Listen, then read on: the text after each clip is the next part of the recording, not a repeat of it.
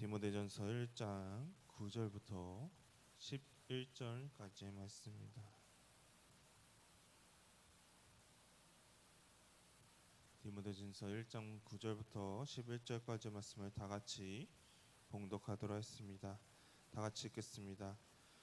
알 것은 이것이니 율법은 옳은 사람을 위하여 세운 것이 아니요 오직 불법한 자와 복종하지 아니하는 자와 경건하지 아니하는 자와 죄인과 거룩하지 아니한 자와 망령된 자와 아버지를 죽이는 자와 어머니를 죽이는 자와 살인하는 자며 음행하는 자와 남색하는 자와 인신매매를 하는 자와 거짓말하는 자와 거짓맹세하는 자와 기타 바른 교훈을 거스리는 자를 위함이니 이 교훈은 내게 맡기신 바 복되신 하나님의 영광의 복음을 따름이니라. 아멘. 우리가 계속해서 지난주부터 이어서 디모데전서의 말씀을 우리가 계속 보고 있습니다. 바울은 지난 시간에 신화나 족보 같은데 집착하지 말고 하나님의 일은 믿음으로 이루어진다는 사실에 대해 바울은 말했었습니다. 그리고 율법에 대해 다음과 같이 바울은 말했습니다. 디모데전서 1장 8절의 말씀을 다 같이 읽어보도록 하겠습니다. 다 같이 읽겠습니다. 그러나 율법은 사람이 그것을 적법하게만 쓰면 선한 것임을 우리는 아노라. 아멘. 즉 율법을 적법하게 사용한다는 것은 하나님의 뜻에 맞게 쓰는 것을 여기에서 말하고 있습니다. 그래서 사람이 율법을 하나님의 뜻에 제대로 쓰게 된다면 이 율법은 선한 것임을 말하고 있습니다. 그런데 이 율법이 제대로 사용하지 않게 된다면 어떻게 될까요? 우리는 너무나도 잘 알고 있습니다. 우리 주변에도 많이 있습니다. 이단과 같은 경우에는 하나님의 이 말씀을 가지고 자신의 멋대로 이단들은 해석하고 풀이를 합니다. 그리고 자신들의 유리한 대로 이 말씀을 가지고 해석을 합니다. 이것은 당시에도 마찬가지였습니다. 율법을 적법하게 쓰지 않는 사람들이 있었기 때문에 바울은 이렇게 말했던 것입니다. 그렇게 율법은 선한 것입니다. 그것을 쓰는 사람이 어떻게 행하는가에 따라 율법에 적합하게 쓸 수도 있고 적법하게 쓰이지 않을 수도 있었던 것입니다. 그렇다면 어떠한 사람들이 이 율법에 있었던 것일까? 이 율법과 관련이 있었을 것일까요? 9절에서는 다음과 같이 말하고 있습니다. 본문의 9절의 말씀을 다 같이 읽어보도록 하겠습니다. 다 같이 읽겠습니다. 알 것은 이것이니 율법은 옳은 사람을 위하여 세운 것이 아니요 오직 불법한 자와 복종하지 아니하는 자와 경건하지 아니한 자와 죄인과 거룩하지 아니한 자와 망령된 자와 아버지를 죽이는 자와 어머니를 죽이는 자와 살인하는 자며. 아멘. 즉 율법은 의로운 사람들을 위해 세워진 것이 아니라고 말합니다. 이것은 바로 죄인들을 위해 율법은 세워졌습니다. 그리고 8절과 이어서 생각해 본다면 율법이 옳은 사람들을 위해 세워졌다는 사실이 아니었던 것을 우리가 볼 수가 있습니다. 그리고 이 사실을 안 사람만이 율법을 적법하게 사용할 수 있습니다. 그리고 그 구체적인 예를 보면 바울은 9절과 10절을 통해 다음과 같이 말하고 있습니다. 바울은 지금까지 그리고 있어서 큰 틀에 있어서 율법에 대해 이야기했다면 오늘의 본문에 있어서는 좀 더 집중해서 율법의 안에 있는 십계명에 대해 바울은 이렇게 말하고 있습니다. 9절의 말씀에 맨 처음을 보면 그 바울이 말하고 있는 맨 첫 번째 죄는 바로 불법한 자와 복종하지 아니하는 자를 먼저 말하고 있습니다. 불법하는 자는 하나님의 법을 어기는 사람들을 말합니다. 그리고 복종하지 않는 것은 하나님의 말씀에 불순종하는 태도를 여기에서 말하고 있습니다. 이와 같은 죄는 십계명의 어떠한 죄에 해당할까요? 하나님의 다른 신을 섬기고 우상을 섬기는 것과 같이 하나님의 말씀을 지키지 않는다는 태도에서 10계명의 1계명에서 4계명 사이에 아마도 해당될 것입니다. 그리고 다음 바울이 말하고 있는 죄에 대해서는 경건하지 아니하는 자와 죄인에 대해 말하고 있습니다. 이것도 마찬가지입니다. 경건하지 않은 것은 하나님 말씀에 따르지 않는 태도를 말합니다. 그리고 죄인도 마찬가지입니다. 그러니 이러한 것들도 아까 보았듯이 10계명의 1계명과 4계명 사이에 죄를 위반하는 행동이 됩니다. 그리고 이어서 말한 거룩하지 아니한 자와 망령된 자를 바울은 말하고 있습니다.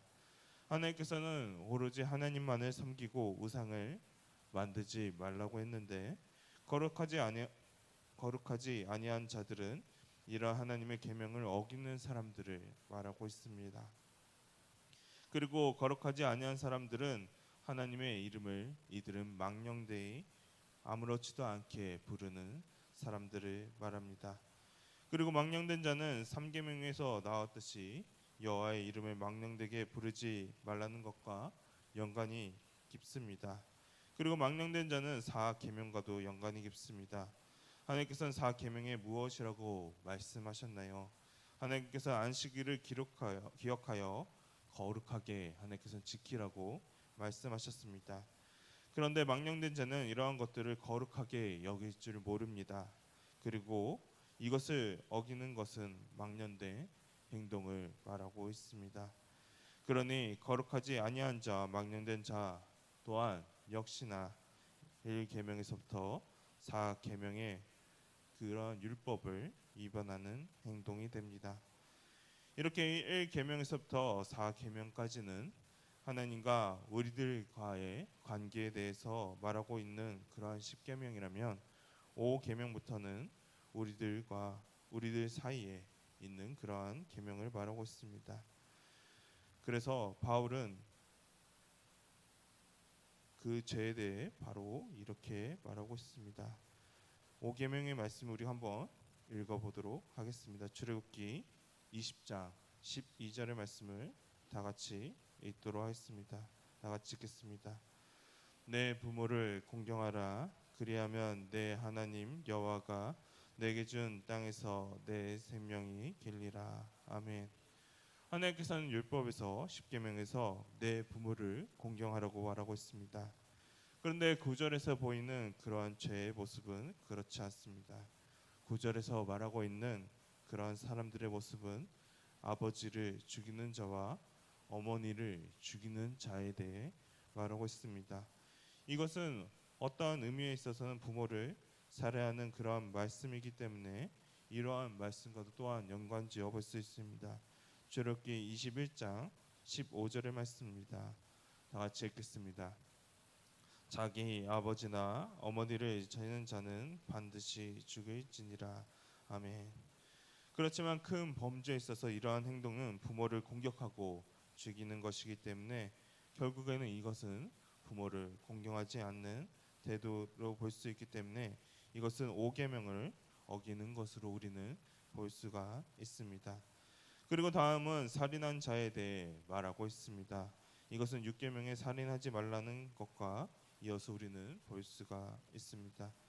9절의 말씀이 이렇게 살인하는 자에 대해까지 말해서 끝났다면 10절은 나머지 것들을 말하고 있습니다. 본문의 10절의 말씀을 다 같이 읽어보도록 하겠습니다. 다 같이 읽겠습니다. 음행하는 자와 남색하는 자와 인신매매를 하는 자와 거짓말하는 자와 거짓 맹세하는 자와 기타 바른 교훈을 거스리는 자를 위함이니. 아멘. 다음은 음행하는 자와 남색하는 자를 말하고 있습니다. 이것은 10계명에서 7계명에 해당하는 것을 우리가 볼 수 있습니다. 7계명에서는 간음하지 말라고 했고 이러한 오늘 본문에서 보인 음행과 남색은 이러한 죄악된 성행위에 포함되는 것이기 때문입니다. 그리고 다음 바울이 말하고 있는 죄는 인신매매를 하는 자를 말하고 있습니다. 이것은 자신의 소유가 아닌 것을 취한다는 관점에서 보았을 때 8계명인 도둑질하지 말라를 어긴 행위로 볼 수가 있습니다. 그리고 다음은 거짓말하는 자와 거짓 맹세하는 자입니다. 이것은 우리가 쉽게 알 수 있습니다. 구계명의 말씀은 다음과 같이 기록되어 있습니다. 출애굽기 20장 16절의 말씀입니다. 다 같이 읽겠습니다. 내 이웃에 대하여 거짓 증거하지 말라. 아멘. 이렇게 거짓을 행하는 것은 십계명의 구계명을 어기는 그러한 일이 됩니다. 마지막으로 바울은 기타 바른 교훈을 거스르는 자에 대해서 말하고 있습니다. 바울은 기타 또 그 밖에 하나님의 진리의 말씀에 대해 거스린 사람들에 대해서 이렇게 말하고 있는데 이것은 십계명과 연관되어 볼 수가 있습니다. 십계명은 다음과 같습니다. 출애굽기 20장 17절의 말씀을 다 같이 읽겠습니다. 다 같이 읽겠습니다. 내 이웃의 집을 탐내지 말라. 내 이웃의 아내나 그의 남종이나 그의 여종이나 그의 소나 그의 낙이나 무릇 내 이웃의 소유를 탐내지 말라. 아멘. 기타 바른 교훈을 거스르는 자가 정확히 십계명과 이렇게 일치하는 것은 아니지만 십계명의 10번째 계명을 보면 직접적인 행동 말고도 죄를 지었는 그런 욕구 또한 하나님께서는 죄라고 말씀하신 것 같이 광범한 부분에 있어서 이러한 것들을 죄로 보는 것 같이 기타 바른 교훈을 거스르는 것 또한 동일한 맥락으로 광범한 부분을 통해 광범한 부분을 말하고 있는 것을 우리는 이렇게 볼 수가 있습니다. 그리고 우리가 마지막으로 11절의 말씀 한번 세 번역 성경으로 다 같이 읽도록 하겠습니다. 다 같이 읽겠습니다. 건전한 교훈은 복되신 하나님의 영광스러운 복음에 맞는 것이어야 합니다. 나는 이 복음을 선포할 임무를 맡았습니다. 아멘. 10절에서 말하고 있는 바른 교훈에 대해서 계속해서 말하고 있습니다. 이것은 바로 복되신 하나님의 영광스러운 복음에 맞는 것이라고 바울은 말하고 있습니다. 즉 예수 그리스도께서 십자가에 죽으시고 다시 살아나셔서 영원한 생명을 주시는 그 진리의 말씀에 대해 바울은 말하고 있는 것입니다. 그리고 자신은 이 복음을 전할 선포할 의무가 있다고 임무가 있다고 바울은 말하면서 오늘의 말씀을 이렇게 맺고 있습니다. 바울은 이렇게 짧지만 이 말씀을 통해 십계명에 대해 말하고 있습니다. 완전하게 십계명과 똑같지는 않지만 바울은 율법이 선한 것이며 율법은 선한 사람들을 위해 필요한 것이 아니라 바로 이 십계명을 지키지 않는 사람들을 위해 필요한 것이라고 오늘의 본문을 통해 말하고 있습니다. 이 말씀을 통해 우리가 볼 수 있는 것은 구약의 율법들이 우리와 상관이 없는 것이 아니라는 사실입니다. 여전히 율법은 선하며 적법하게 사용되려면 우리 가운데 필요한 것이기 때문입니다. 그 대표적인 것이 바로 십계명임을 바울은 말하고 있습니다. 우리가 비록 지금은 동물로 제사를 드리는 것이 없어진 것과 같이 옛날에 했던 그 행위들을 다 없애버리는 것들이 아니라 우리는 하나님께서 주신 그 말씀을 잘 받아들여서 그것을 선하게 잘 이끌어야 함을 바울은 이렇게 말하고 있는 것입니다. 왜냐하면 이러한 가르침 모두가 하나님께로부터 나왔기 때문입니다. 그렇게 오늘날의 이 십계명의 말씀들도 마찬가지로 우리들 가운데 유효함을 우리는 보게 됩니다. 그래서 우리들은 이 말씀에 따라 살아가야 합니다. 그리고 옳은 사람들에게는 또한 이 율법이 필요가 없음을 바울은 말하고 있습니다. 그것은 이미 이 율법을 지키며 살고 있기 때문입니다. 그래서 바울도 율법을 어기는 사람들을 위해 이것이 만들어졌다고 말하고 있습니다. 말씀을 맺겠습니다. 우리 모두가 하나님의 말씀을 지키며 하나님의 말씀을 기준이 되는 삶을 사시기를 바랍니다. 그리고 말씀에 따라 살기를 원합니다. 그래서 하나님의 말씀이 우리 가운데 선하게 쓰일 수 있도록 나아가기를 원합니다. 그리고 그뿐만이 아니라 바울이 고백한 것과 같이 우리들도 예수 그리스도의 복음을 전하는 그 임무를 우리들도 소홀히 하지를 않기를 원합니다.